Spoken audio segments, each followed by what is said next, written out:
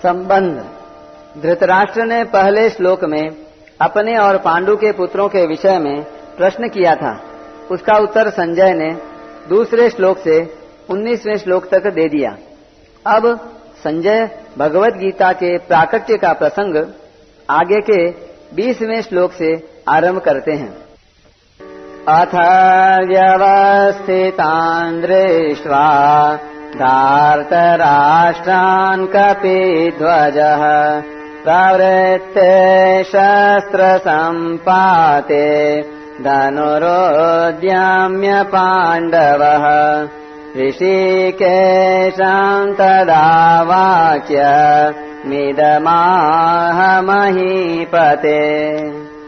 हे महीपते धृतराष्ट्र, अब शस्त्रों के चलने की तैयारी हो ही रही थी कि उस समय अन्याय पूर्वक राज्य को धारण करने वाले राजाओं और उनके साथियों को व्यवस्थित रूप से सामने खड़े हुए देखकर कपिध्वज पांडुपुत्र अर्जुन ने अपना गांडीव धनुष उठा लिया और अंतर्यामी भगवान श्री कृष्ण से ये वचन बोले। व्याख्या। अथ इस पद का तात्पर्य है कि अब संजय भगवान श्री कृष्ण और अर्जुन के संवाद रूप भगवत गीता का आरंभ करते हैं। 18वें अध्याय के 74वें श्लोक में आए इति पद से यह संवाद समाप्त होता है। ऐसे ही भगवत गीता के उपदेश का आरंभ उसके दूसरे अध्याय के 11वें श्लोक से होता है और 18वें अध्याय के 66वें श्लोक में यह उपदेश समाप्त होता है। प्रवृत्ते शस्त्र संपाते।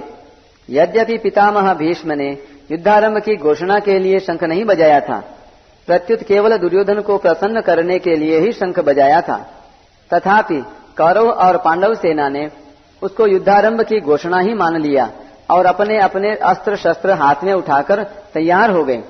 इस तरह सेना को शस्त्र उठाए देखकर वीरता में भरकर अर्जुन ने भी अपना गांडीव धनुष हाथ में उठा लिया। व्यवस्थितान् धार्तराष्ट्रान् दृष्ट्वा।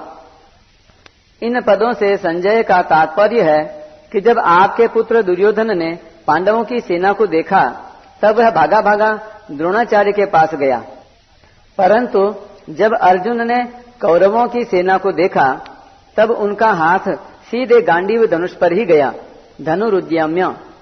इससे मालूम होता है कि दुर्योधन के भीतर भय है और अर्जुन के भीतर निर्भयता है, उत्साह है, वीरता है। कपिध्वजः। अर्जुन के लिए कपिध्वज विशेषण देकर संजय धृतराष्ट्र को अर्जुन के रथ की ध्वजा पर विराजमान हनुमान जी का स्मरण कराते हैं। जब पांडव वन में रहते थे तब एक दिन अकस्मात वायु ने एक दिव्य सहस्र दल कमल लाकर द्रौपदी के सामने डाल दिया। उसे देखकर द्रौपदी बहुत प्रसन्न हो गई और उसने भीमसेन से कहा कि वीरवर, आप ऐसे बहुत से कमल ला दीजिए। द्रौपदी की इच्छा पूर्ण करने के लिए भीमसेन वहां से चल पड़े। जब वे कदली वन में पहुंचे तब वहां उनकी हनुमान जी से भेंट हो गई। उन दोनों की आपस में कई बातें हुई।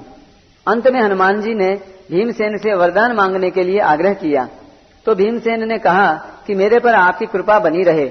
इस पर हनुमान जी ने कहा कि हे वायुपुत्र, जिस समय तुम बाण और शक्ति के आघात से व्याकुल शत्रुओं की सेना में घुसकर सिंहनाद करोगे, उस समय मैं अपनी गर्जना से उस सिंहनाद को और बढ़ा दूंगा। इसके सिवाय अर्जुन के रथ की ध्वजा पर बैठकर मैं ऐसी भयंकर गर्जना किया करूंगा जो शत्रुओं के प्राणों को हरने वाली होगी, जिससे तुम लोग अपने शत्रुओं को सुगमता से मार सकोगे। टिप्पणी। तदाहं बिंहयिष्यामि स्वर्वेण रवं तव विजयस्य ध्वजस्थश्च नादान् मोक्ष्यामि दारुणान् शत्रूणां ये प्राणहरः सुखम येन हनिष्यथ।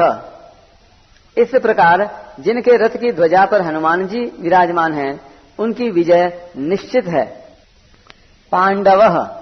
धृतराष्ट्र ने अपने प्रश्न में पांडवः पद का प्रयोग किया था, अतः धृतराष्ट्र को बार बार पांडवों की याद दिलाने के लिए संजय पहले अध्याय के 14वें में और यहाँ पांडवः शब्द का प्रयोग करते हैं। ऋषिकेशम तदा वाक्य मिदमाह महीपते।